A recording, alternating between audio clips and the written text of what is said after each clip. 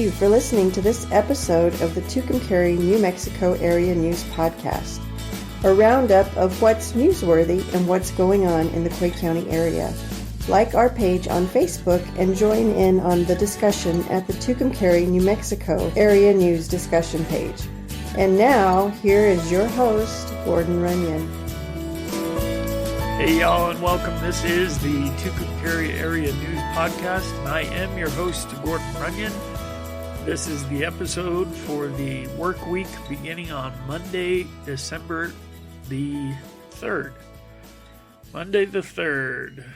And I promise you, my wife Joyce is going to be an integral part of this podcast, but man, that woman is busy all the time. So for the second week in a row, I've got to kind of fly solo here.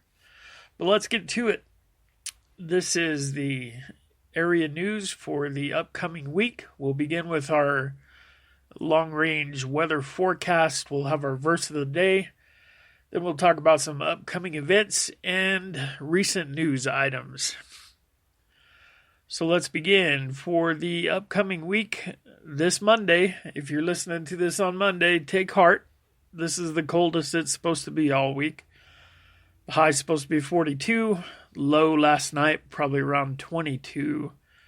The warmest day of the week should be Wednesday with a high of 57 and an overnight low of 35.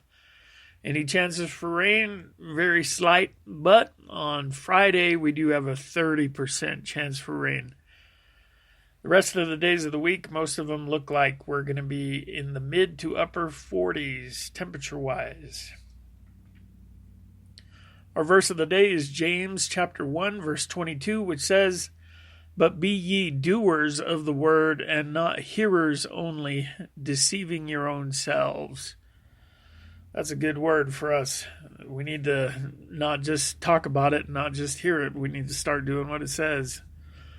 The weather forecast and the verse of the day were brought to you today by your friends and neighbors at Emmanuel Baptist Church, where I am honored to be the pastor. And the building that we use is located one block south of the Motel Safari off Tucumcari Boulevard. You're very welcome to come and join us. We've got a dynamic Sunday school class taking place at 9:45. It's just an adult Sunday school class, and we're going through a book called The Attributes of God by a classic author and pastor named A.W. Pink. And that's been a really good time. We'll continue in that. You don't need to have heard everything that's gone so far. You can jump right in and be part of that. And then our morning service starts at 11 a.m. I just finished up doing a 5-part series analyzing the covenant structure of the books of the law. And we're done with that. And so next Sunday, Lord willing, we will jump back where we were in the book of Jeremiah. This week we'll be in chapter 23 and looking at the sins and the crimes of the leaders in Israel before the Babylonian captivity. So come join us. You're very welcome, and we'd love to see you there. Okay, we've got some upcoming events to talk about. Coming up very shortly, a couple of things on December the 8th. First of all, at 3 p.m. at the Tucumcari Convention Center, there will be a legislative forum, and we're scheduled to have several elected officials come and join us in anticipation of the upcoming legislative session in Santa Fe. On the schedule, we're supposed to have our own state representative, Mr. Pat Woods, show up for that forum. A good time to interact with your officials and get to know them and ask questions and, frankly, put them on the spot. And so keep that in mind. That's the 8th at 3 p.m. at the Convention Center. Also the 8th at 12 noon at the VFW. They're having a Pearl Harbor Day celebration with a meal. And they've brought in a guest speaker who's going to talk about war in America from World War II to the War on Terror. And this speaker is a retired brigadier general, if I understand correctly. So literally a big gun. Well, still figuratively a big gun, but this guy should know what he's talking about. So you might be interested in that. Also on Sunday the 15th, or Saturday the 15th and Sunday the 16th, there will be a gun show in Melrose, New Mexico at the Melrose Senior Center. The times will be 8 to 5 on Saturday and 8 to 3 on Sunday. Prices are $5 for adults. Kids under 18 are admitted free but must be accompanied by an adult. And if you happen to be in the military, you get a little discount and you can come in for $3. So that's Saturday and Sunday, the 15th and 16th in Melrose. And now it's time for our midpoint break, and we'll hear a word from my friend Jason Sanchez at Reconstructionist Radio. Stay with us. We'll be right back.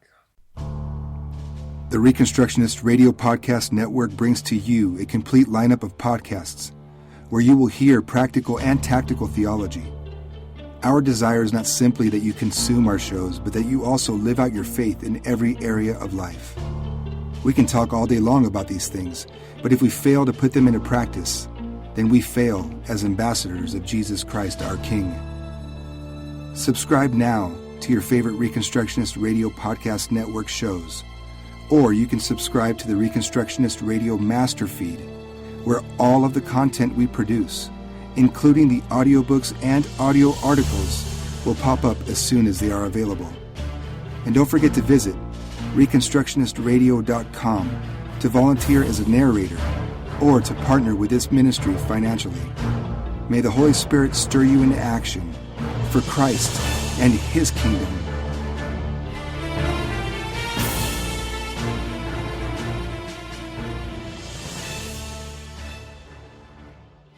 And we're back. Tucumcari Area News Podcast, looking back on the week that was for the news that took place. I just want to talk about 3 issues that were raised at the City Commission meeting that took place on the 29th. And most of the meeting was dominated by a discussion of a proposed new ordinance concerning the cemetery. And particularly what's at issue is the topic of shrines and kind of homemade memorials. There are some cultures, including sometimes the Mexican culture, but also Indian and some Middle Eastern cultures. Instead of doing the headstones like we tend to do in the Western world, some cultures are very big on constructing shrines. And these can be made out of lattice and things of that nature. And they're maybe not as permanent as what we normally see marking a grave. Now, the issue is, what if a shrine is built by a family and that's what they want there to honor their loved one, and then the family either moves away or for some other reason never visits the cemetery again, never visits the site, and this shrine kind of falls into disrepair. And now you've got city workers out there at the cemetery, and it's their job to beautify and keep up the cemetery. But now you've got maybe these, less permanent shrines kind of falling into disrepair. Now, what are we going to do about that? Are you going to just remove them, or what's the issue? And so there is a cemetery advisory board made up of volunteer citizens to, like it sounds like, to advise the city commission on what they think would be best in terms of running the cemetery. And apparently some members on the advisory board have kind of gone back and forth on this issue. They've said one thing and kind of thought better of it later, and that's fine. Nobody should be penalized for that. But apparently the advisory board is not very unified. It sounds like I didn't actually talk to the chairman of this board, but it sounds like the chairman and some of the members may not be in agreement on what they think would be the best way to handle it. It seems to me you have two options, really.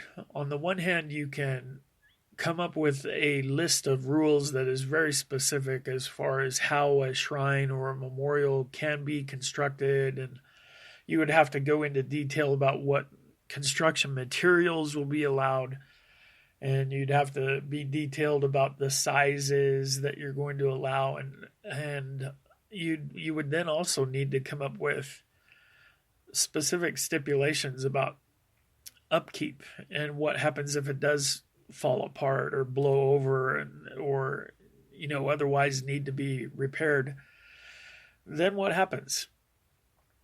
And I think that in order to cover all the bases, and that's going to be kind of a large ordinance all by itself. The other option is to just make an ordinance that says, no, you can't have shrines, which you run into some difficulty there because you are basically telling people who come from a culture that builds shrines, and now you're telling them, no, you can't do that here. And so there are some issues, and it's difficult because you're dealing with people who have just lost loved ones, and they're trying to do the best they can in accordance with what they believe for their departed loved one. And so you want to be sensitive to that. And I believe all the city commissioners really want to be sensitive to that, and they want to do the right thing. And so they opened up a time of a lot of discussion, and lots of citizens spoke their mind. One citizen in particular, and I won't say who it was because I don't really want this to be about personalities or names or individuals, but just think about the idea. And one person proposed the idea that it's dangerous to just let people do whatever they want. And specifically, it was said that if we allow people the freedom to just do whatever, then that really opens the door to a lot of chaos. And who knows what people would come up with if you just give them the freedom to do whatever they want.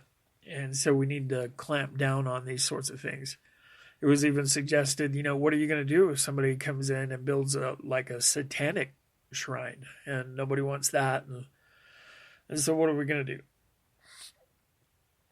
Now we're going to come back to this, but I want you to keep in mind, I'll preview what I think the basic underlying issue is, and that is, what is the job of government?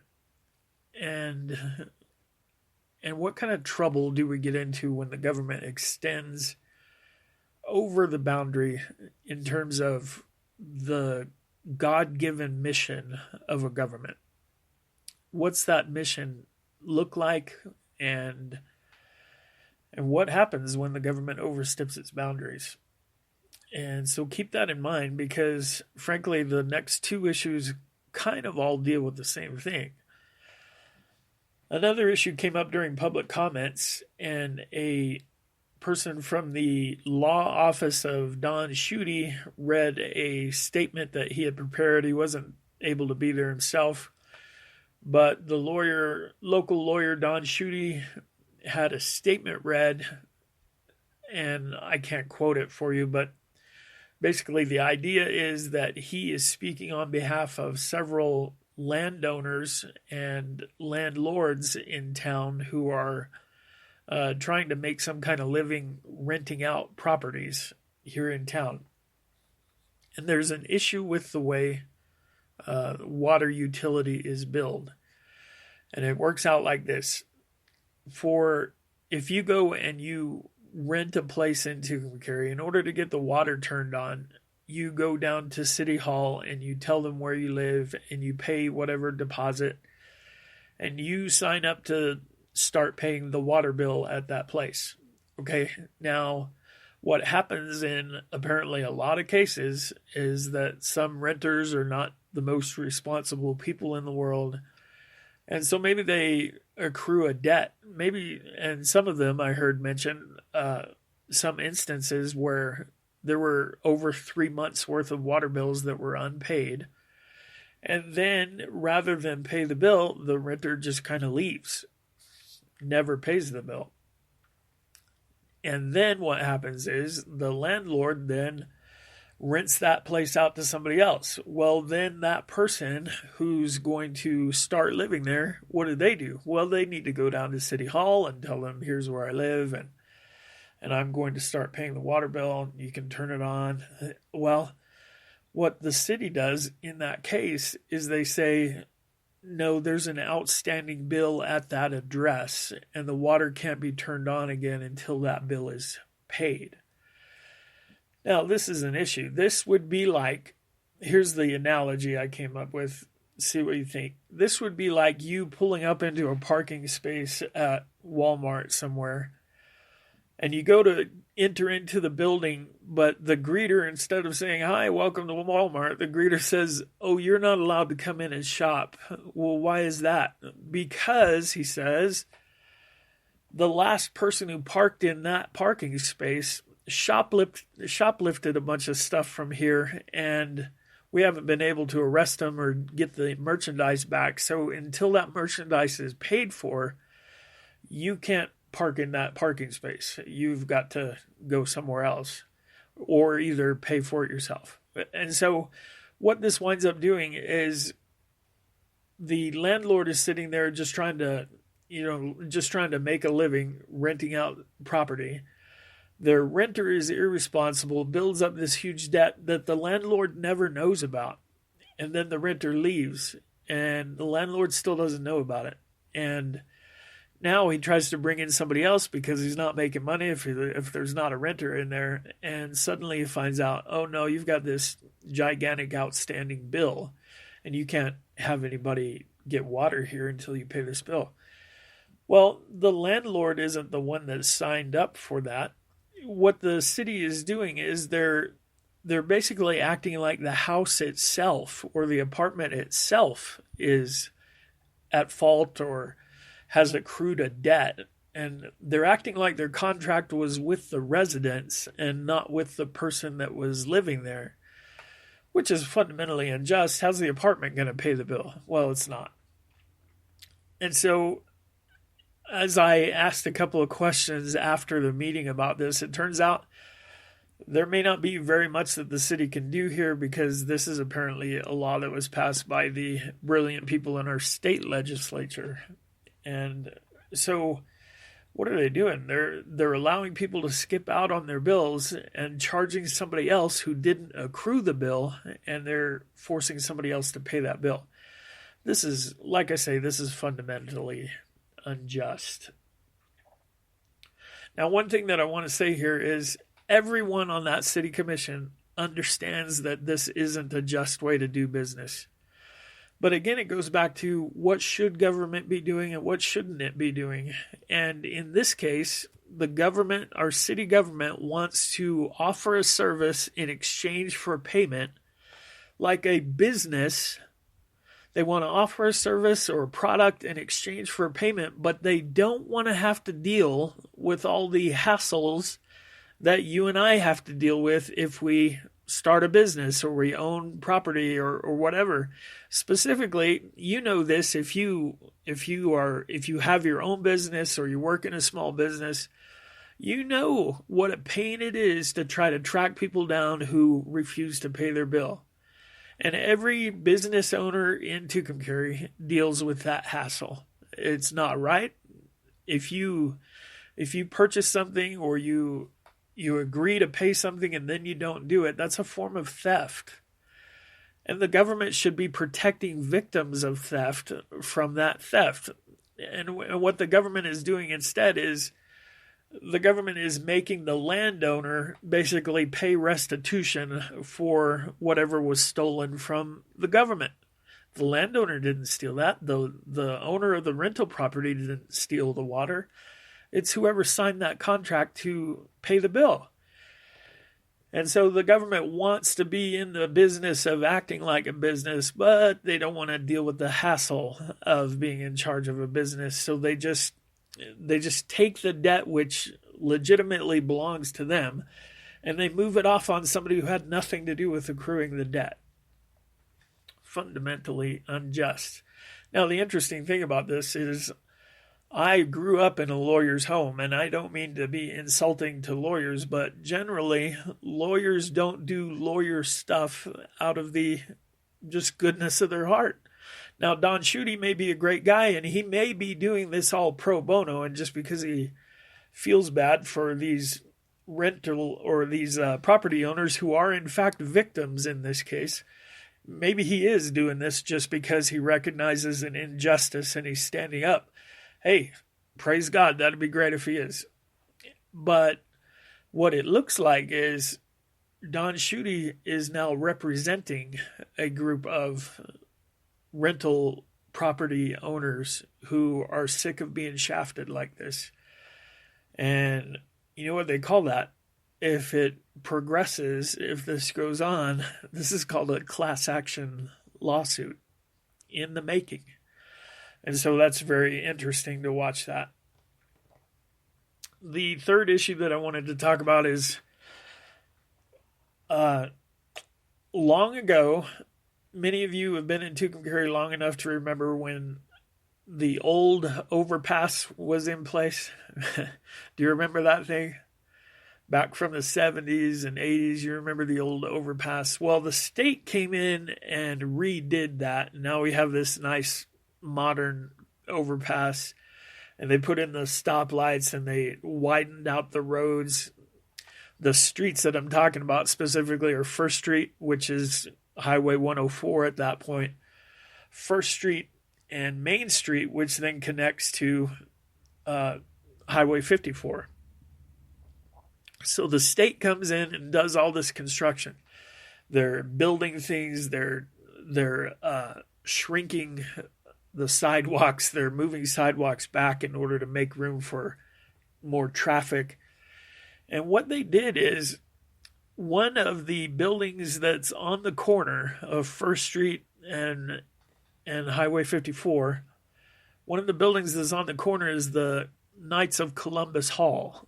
And you can go online. I just did it. You can go on Google Maps and see a picture of this. And what the state did when they changed this is they widened out the lanes so much that now the sidewalk that extends from the corner of the Knights of Columbus Hall to the intersection is probably just about 2 feet long. I mean, it is so small between the corner of the building and the street that you can literally stand in the street and reach out with your hand and touch the corner of the building. Now, what this means is that any 18-wheeler or a pickup hauling like a horse trailer or something like that, anybody making that right-hand turn, wow, that is a tight turn. There is no room for a large truck to make that right-hand turn. In order to do it properly, you got to take a huge bite out of that turn to make that right hand, and you'd be way over in the oncoming traffic doing that. And so what has apparently happened, and you can see evidence of it even looking on Google Maps, is that corner of the Knights of Columbus Hall has been hit many times. And this is unjust. The state comes in and redoes the road and makes it so that the destruction of your property is nearly inevitable. And the state's not paying the Knights of Columbus to keep repairing their building. The state's not going after anybody to pay restitution or anything like that. And frankly, the fault of the drivers is really not all that much. It's the stupid way the intersection was built.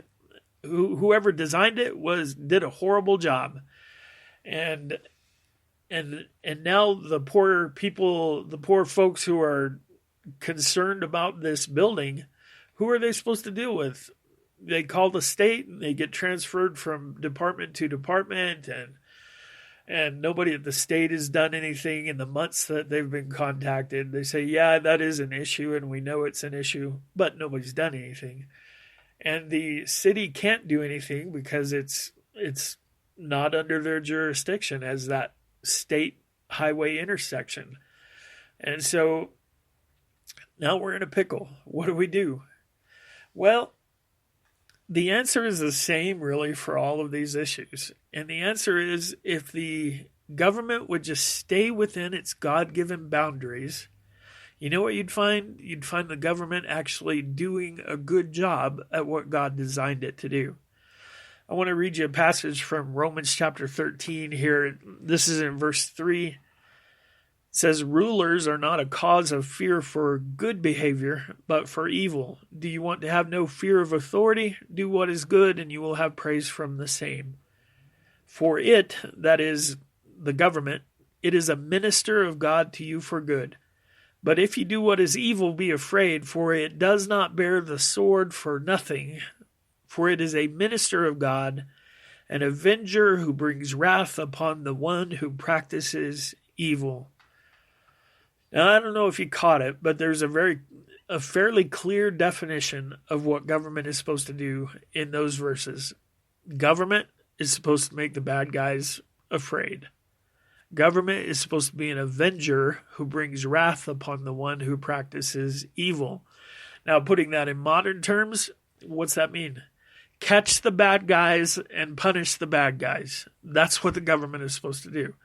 And this is it's not just Romans 13 that says this. You will find this throughout the Christian scriptures, throughout the Bible, from the books of the law, way back on the left side of your Bible, all the way to the end. You will find this, that evil government is constantly blowing past these boundaries. It's a very important mission that God has given them, but government always wants more. So what happens now? Well, now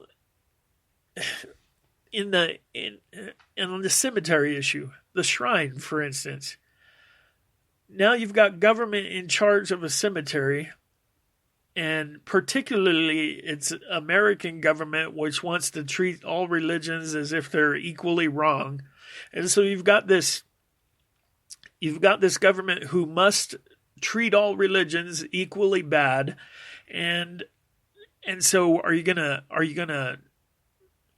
say, no, you can't have a shrine because it's religious in nature and it's not the right religion? Well, nobody wants to do that.